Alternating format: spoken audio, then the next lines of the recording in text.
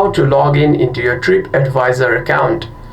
First, you want to open the application, and here you want to allow the permissions that it's asking. Click on allow and click on allow notifications. Click on allow again and you'll be redirected to the home page. And here at the bottom of your screen you can see an account option. Simply tap on it. As you can see, I'm already logged in into my account. You can click on sign out and click on sign out again. And to log in into your account, here you will see a sign in option. Simply tap on it, and if you don't have an account, you can simply click on create account over here to create your new account.